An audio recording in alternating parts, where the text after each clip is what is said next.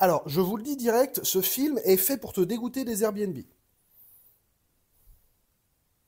Quoi? Oui. Il fait chaud et je supporte pas les shorts. On nous présente donc Tess, qui a besoin d'un endroit où loger pour un entretien d'embauche à Détroit. 8, 3, 3, 1. C'est marrant, c'est le code de ma carte bleue. Non! Elle se rend compte que la clé n'est plus dans la boîte et jette un coup d'œil autour d'elle pour y découvrir un quartier bucolique et printanier. Finalement, quelqu'un lui ouvre la porte. Ouais. C'est moi qui ai loué la maison. Il se rend compte qu'il y a une erreur et Kiss, puisque c'est son nom, l'invite à rentrer. Vous devriez entrer peut-être. Et on va rappeler ces crétins. Tu peux rentrer si tu veux. Je vais te faire couler un bain et j'ai mis des gâteaux apéro sur la table. Tess se met à l'abri et demande de suite à aller aux toilettes en passant devant la chambre où Kiss dormait.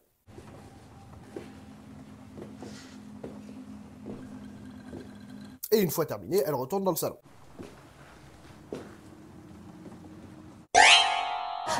Non mais attends, c'est parce que je m'entraîne pour un autre film. Les deux comparent leurs réservations et essayent de trouver une solution. Tenez, c'est ce que vous vouliez voir. Ouais, bah ça paraît normal. Peut-être que le numéro de téléphone que j'ai avec HomeAway est différent du vôtre. Je vais chercher un autre endroit pour cette nuit. Mais... Si, c'est mieux. Tess cherche donc un hôtel qui pourrait lui permettre d'avoir un toit sur la tête cette nuit, mais apparemment tout est réservé dans le coin. Tu sais de quoi je viens de me souvenir? Non, de quoi? En ce moment, il y a une convention. Quoi? Il y a des rencontres médicales, un gros truc, je crois. Tu trouveras pas de chambre d'hôtel pour ce soir. Écoute, voilà ce que je te propose. Si tu veux, tu restes ici.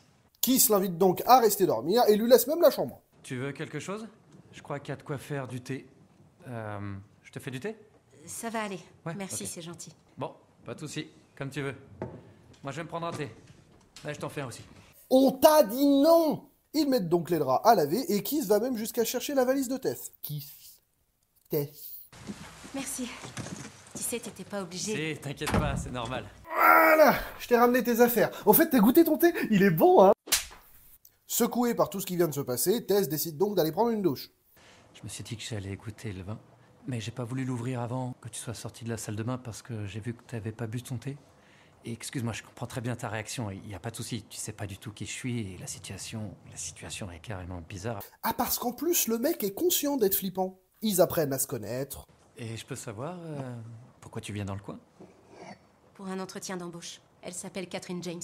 Elle a fait un film sur le jazz l'année dernière qui s'appelle Blue Easy. Tu sais qui tu devrais interviewer? Non? Qui? Moi. Pourquoi? Bah, parce que j'ai envie d'être encore plus connu, cette question. Si j'étais arrivée la première, et toi plus tard dans la soirée. Quoi? Tu m'aurais pas ouvert? Mais évidemment que je t'aurais pas ouvert. Tu veux dire que je fais peur, quoi? J'ai une sale gueule? Bah, c'est pas pour rien que t'es dans pas mal de films d'horreur, mon grand, hein. La soirée se déroule et les draps sont enfin secs, donc Keith l'aide à faire son lit. Il faut y aller un peu en force, avec la couette, mais comme ça. Voilà, ça y est. Tu es officiellement installé. Bien. Après, sinon, le lit est grand, hein.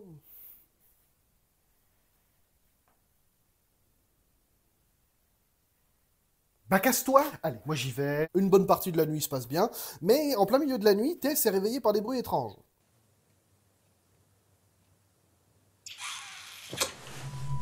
Kiss?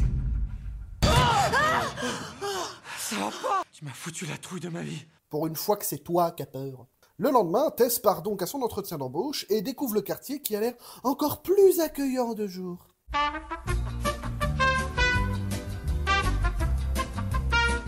Tess passe son entretien, mais même sa future boss commence à lui dire qu'il y a un truc qui sent pas bon dans cette baraque. En tout cas, faites attention, soyez prudente, d'accord? Elle rentre quand même à la maison, vu que c'est le seul endroit où elle peut vivre, et elle se fait invectiver par un habitant du coin.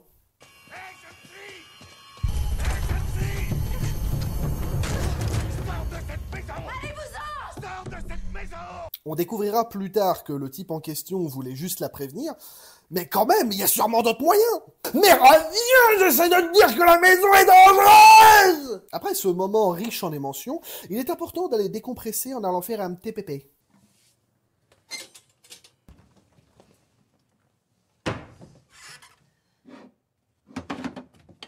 Elle va donc descendre à la cave, voir s'il y en a en réserve.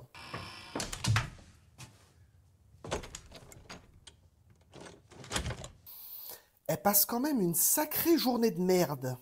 En fouillant dans la cave, elle finit par tomber sur un passage secret.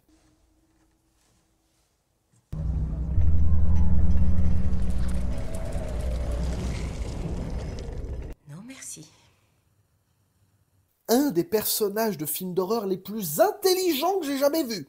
Bon, évidemment, elle finit quand même par y aller, hein, sinon il n'y a pas d'histoire. Mais elle prend quand même des précautions.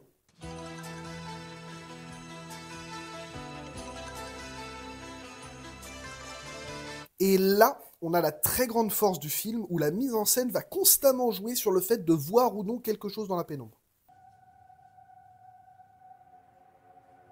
Elle découvre dans le couloir une pièce avec un lit, une caméra et des traces de sang. Je suis enfermée dans le sous-sol! D'accord, t'as la clé? En cherchant à sortir du sous-sol, j'ai trouvé un passage secret avec une pièce au bout. On aurait dit une cellule. Alors tu dis qu'il y a un vieux lit pourri, et un caméscope et un seau, c'est bien ça? Oui. Tess, calme-toi, je comprends pas ce que tu racontes.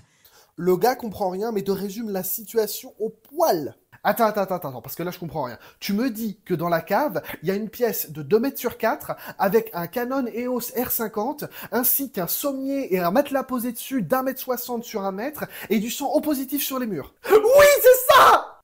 Je comprends rien. Keith descend donc vérifier par lui-même, mais il met quand même un certain temps à revenir. Kiss? Ne le voyant pas revenir, elle part à sa recherche et découvre un passage secret dans le passage secret. Passage secrétception. Kiss?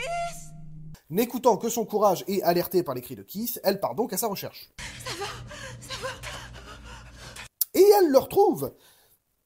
Mais pas pour longtemps.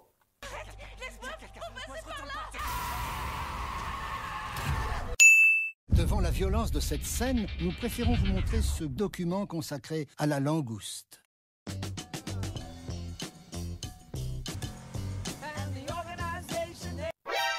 J'ai changé de film? On découvre alors le personnage de AJ, qui est un acteur et qui s'est fait renvoyer de la série sur laquelle il travaillait car il a abusé d'une des actrices. La salope, je rêve. Oh, mais non, c'est pas vrai, attendez. Mais oui, on te croit. Il part donc à Détroit pour vendre la maison que l'on connaît puisqu'il en est le propriétaire.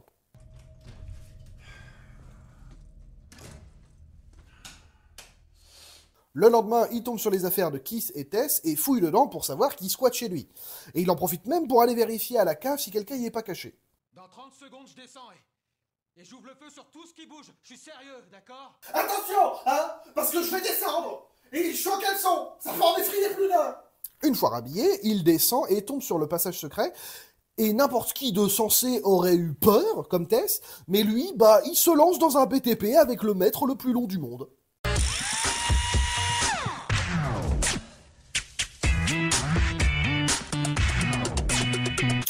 Nickel, je vais pouvoir leur vendre plus cher.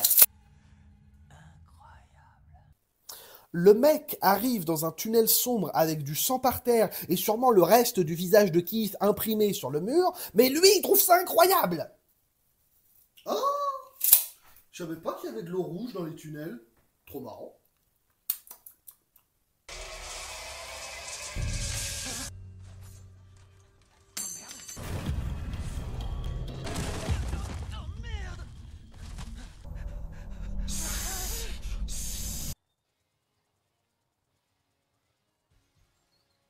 Non mais, c'est pas possible. Je suis assis sur la télécommande. On rencontre donc l'ancien propriétaire de la maison qui, lui, part faire ses courses. Vous avez une sage-femme, j'imagine. Elle a dû vous faire une liste. Non, il y aura que moi. Eh ben, dites donc. Des couches. Et donc, il vous faut celle-ci. Alors, ce que je vais faire, c'est je vais vous mettre aussi du talc, hein. On va vous mettre des compotes pour bébé. On va vous rajouter aussi une petite Sophie la girafe, hein. Faut pas qu'il reste tout seul, le petit loup. On va aussi vous rajouter l'intégrale de Winnie l'ourson. Et puis, s'il est sage et quand il aura un petit peu plus grandi, on pourra lui autoriser la brosse à dents Peppa Pig. Cet homme va donc stalker des jeunes femmes et on comprend rapidement ce qu'il fait dans sa maison.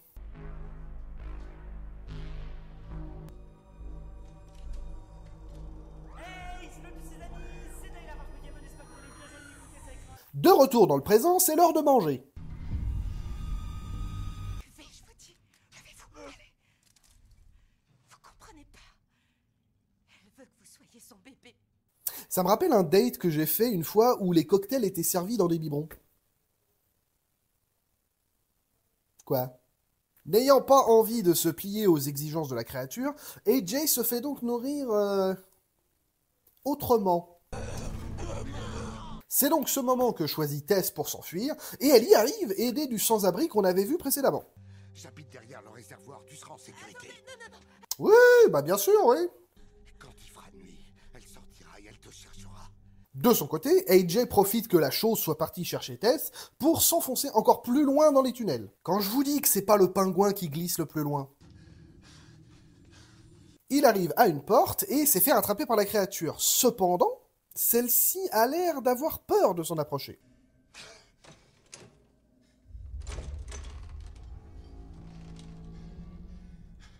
Il entre à l'intérieur et découvre le père de la créature et commence à comprendre comment elle a été conçue. T'es un vrai malade. Le père décide donc évidemment de mettre fin à ses jours. Non, attends. De son côté, Tess a réussi à contacter les autorités compétentes. Enfin, aussi compétentes que les gardes dans Pirates des Caraïbes. Dame, vous n'avez pas la clé, c'est pas chez vous. Nous, on n'entre pas, d'accord? Vous pouvez forcer la porte, il y a un homme en danger, s'il vous plaît. Eh oh, qu'est-ce que vous faites? Laissez cette porte, revenez ici. Madame, cet endroit est vide et personne ne se fait tuer. Le seul crime que je relève jusque-là, c'est le vôtre. Elle attend donc la nuit pour écraser le monstre avec sa voiture et repartir dans les tunnels pour aller chercher AJ.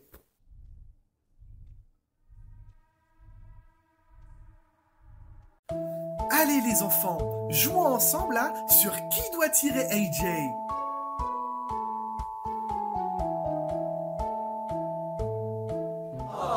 Oh, c'est dommage. Alors, autant elle a pris beaucoup de décisions intelligentes dans ce film d'horreur, autant lui, c'est le roi des cons. Bah c'est sûr qu'entre une abomination de plus de 2 mètres et la fille qui était avec toi dans la fosse et qui est là en pleine lumière, bah c'est facile de confondre. Fort heureusement, ils arrivent donc à s'échapper. Elle est partie. Quoi? La femme, elle est plus là. Et Tess emmène AJ derrière le réservoir où le sans-abri les y attendait. Ici, on est en sécurité. Vous êtes sûr qu'elle viendra pas ici? Évidemment que vous êtes en sécurité, j'ai mis un carton devant la porte. Ah ouais, je vis ici depuis plus de 15 ans et elle est jamais venue, pas une seule fois. Oh merde, le carton a pas tenu. Pris de panique et n'ayant plus qu'une seule échappatoire, AJ et Tess grimpent en haut du réservoir. Ah, mais j'aimerais bien t'y voir, c'est quand même ta faute si je suis dans cet état.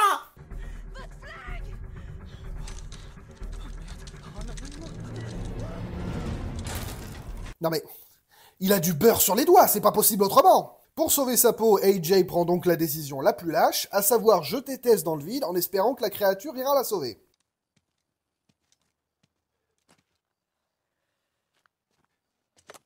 Oh putain. Oh non. Elle allait nous tuer tous les deux.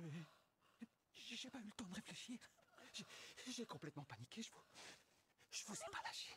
Spoiler, il pourra rien raconter à qui que ce soit. Suite au meurtre de AJ, la créature essaye de prendre soin de Tess, voire même essaye de la ramener à la maison. Étant le personnage le plus intelligent, tout film d'horreur confondu, elle décide quand même de lui loger une balle dans la tête, avec quand même un certain regret dans les yeux.